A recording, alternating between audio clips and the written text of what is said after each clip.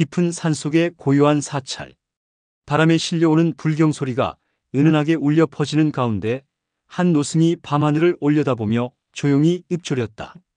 을목이 사화를 만나는 해, 천기가 변하고 지맥이 흔들리리라. 그리고 그는 손을 뻗어 낡은 두루마리를 펼쳐 거친 붓끝이 한 지위를 미끄러지듯 글을 새겨 내려갔다. 금성이 무너지고 수로가 막히면 청룡이 온다. 사사가 구름을 타고 오르니 오행이 뒤바뀌고 새 세상이 열리리라. 그의 눈빛은 차분했으나 그 안에는 깊은 비밀이 서려 있었다. 마지막 글자가 새겨졌을 때 노승은 붓을 내려놓고 두루마리를 말았다.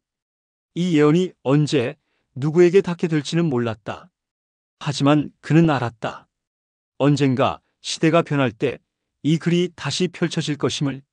그리고 400년이 흘러 마침내 오래된 불경들을 정리하던 한 젊은 승려가 우연히 바닥의 틈을 발견했다. 조심스럽게 돌을 걷어내자 그 안에서 낡고 빛바랜 두루마리가 모습을 드러냈다. 마치 오랜 잠에서 깨어난 듯 그것은 다시금 세상의 빛을 보게 되었다.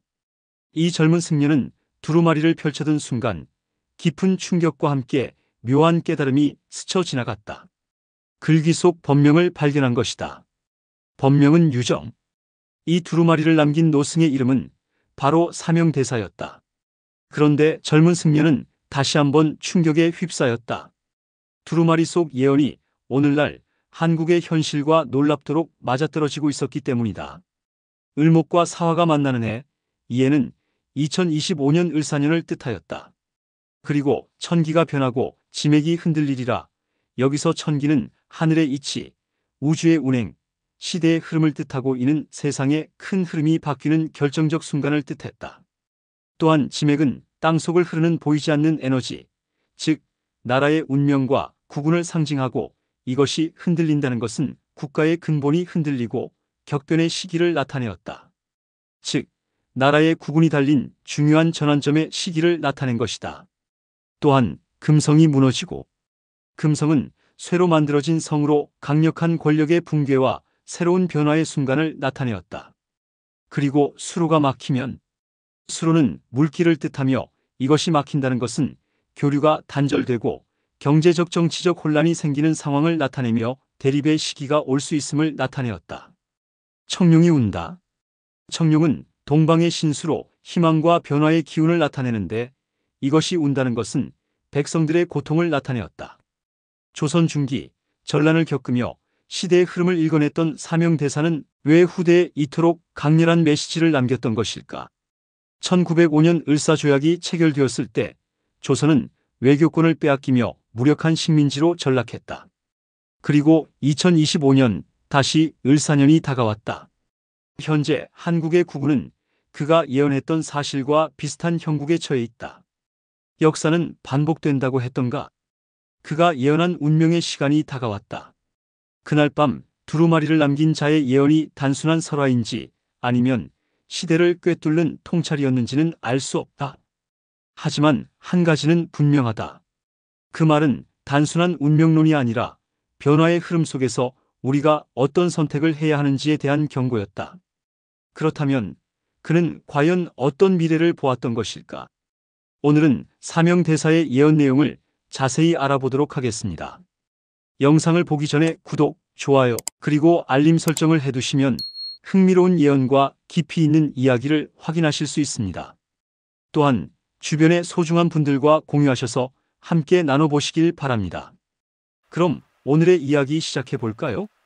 사명대사는 조선 중기에 등장한 인물로 그의 삶은 단순히 승려의 길을 걷는 것에 그치지 않았습니다.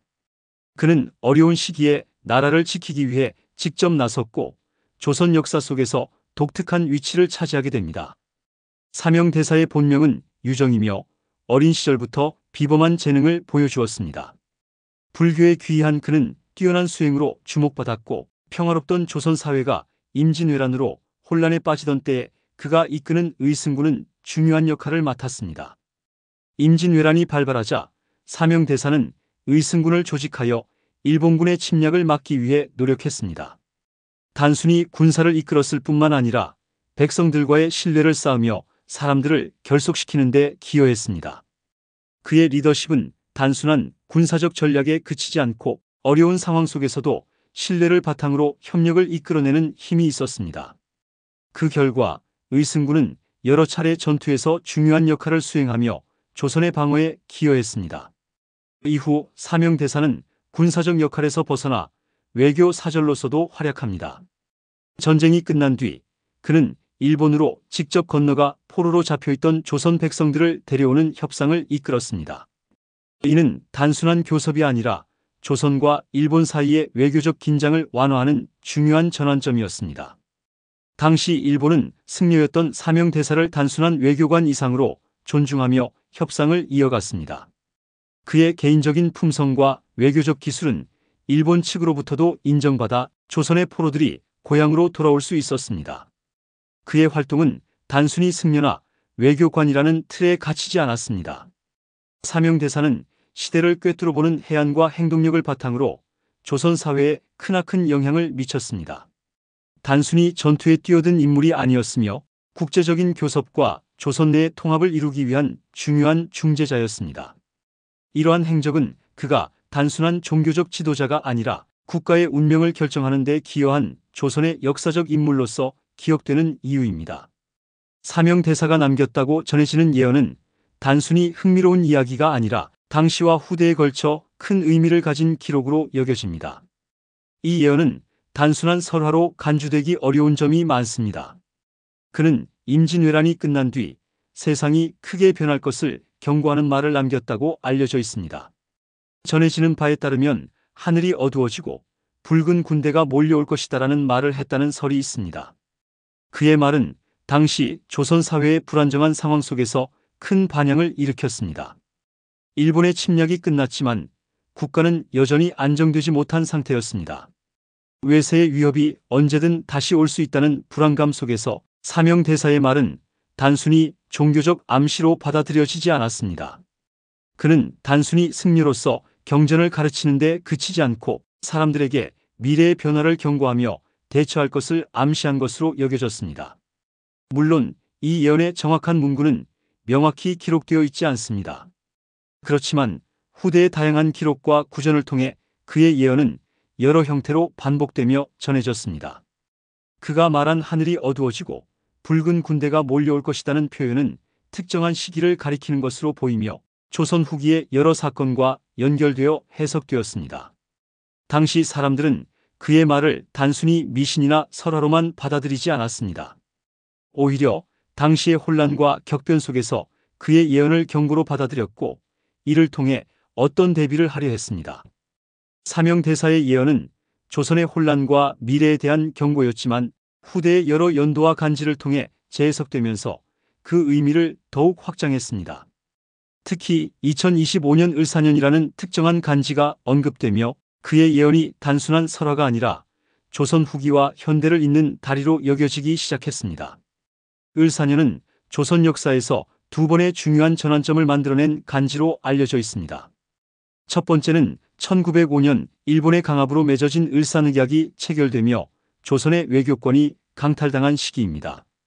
이 사건은 조선이 더 이상 독립국으로서의 지위를 유지하지 못하고 일본의 실질적 지배하에 놓이는 기점이 되었습니다. 두 번째로 을사년이 주목받는 이유는 바로 2025년으로 그의 예언 속에 등장하는 하늘이 어두워지고 붉은 군대가 몰려올 것이다라는 말이 이 시기와 연결될 수 있다는 해석 때문입니다. 그렇다면 2025년 을사년이 다시 한번 중요한 변화의 시기로 지목된 이유는 무엇일까요? 과거 을사늑약과 마찬가지로 현대 세계는 정치적, 경제적, 환경적으로 큰 변화의 기로에 서 있습니다. 기후변화, 국제정세의 급변, 기술 발전이 만들어내는 새로운 사회, 구조 등은 모두 우리가 직면한 거대한 전환점의 일부일 수 있습니다. 사명대사의 예언은 단순히 과거의 전쟁과 외세 침략만을 경고한 것이 아니라 더 넓은 의미에서 세상이 맞닥뜨릴 중요한 변화를 암시한 것으로 여겨질 수 있습니다. 그의 예언과 2025년 을사년을 연결하는 해석은 다양한 관점에서 이루어질 수 있습니다. 이는 과거 조선 후기의 불안정한 시기를 떠올리며 현재와 미래의 불확실성에 대비하라는 경고일 수 있습니다.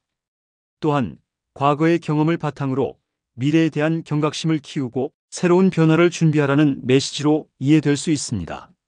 사명대사의 예언은 단순히 과거의 전설로 머물지 않고 오늘날에도 우리에게 중요한 교훈을 전하고 있습니다. 그는 단순히 미래를 예측하려 했던 것이 아니라 혼란스러운 시대 속에서 사람들이 직면할 문제들을 경고하고 대비하도록 도우려 했던 인물로 보입니다. 그의 예언이 던지는 메시지는 단순히 특정한 사건의 발생을 맞추는 데 있지 않았습니다. 그것은 불안정한 사회적, 정치적 상황 속에서 자신의 역할을 돌아보고 앞으로 다가올 위기에 대비하라는 촉구로 해석할 수 있습니다. 현대 사회에서도 그의 예언이 던진 경각심은 여전히 유효합니다. 2025년이라는 특정 시점에서 우리는 과거와 마찬가지로 급격한 변화와 새로운 도전을 마주하고 있습니다. 기후변화, 경제적 불확실성, 그리고 급변하는 기술 발전 등은 모두 현대인이 직면한 큰 변화의 일부입니다. 사명대사의 예언이 우리에게 말하고자 했던 것은 이와 같은 변화의 시기에 눈앞의 현실을 외면하지 말고 이를 제대로 인식하여 준비하라는 것입니다. 또한 예언 속에 담긴 상징적인 표현들은 현실 속에서 경고의 메시지로 받아들여질 수 있습니다. 하늘이 어두워진다는 말은 단순히 어떤 자연현상을 의미하는 것이 아니라 사회적, 정치적 위기의 심화나 가치관의 변화를 암시하는 것으로도 해석됩니다. 그는 이러한 변화가 단지 먼 미래에 일어날 일이 아니라 지금 우리가 경각심을 가져야 하는 현재의 문제와도 연결되어 있음을 알리고자 했던 것일 수 있습니다. 사명대사의 예언은 현대에도 계속해서 반복되는 패턴을 통해 우리에게 반성의 기회를 제공합니다. 과거의 혼란과 실패를 되짚어보고 그러한 오류를 다시 반복하지 않기 위한 통찰을 제시합니다. 이는 단순히 조선 후기의 역사적 사건에만 국한된 교훈이 아니라 오늘날 우리가 처한 상황에서도 큰 시사점을 제공합니다. 사명대사의 예언은 과거의 단순한 경고가 아닌 시대를 초월한 메시지로 볼 수 있습니다. 그가 남긴 말은 오늘날 우리가 처한 불확실한 현실 속에서 더 나은 미래를 준비하도록 이끄는 지침으로 작용할 수 있습니다. 이처럼 예언은 단순히 과거의 이야기가 아니라 현재와 미래를 잇는 교량으로서 새로운 의미를 계속해서 제공하고 있습니다.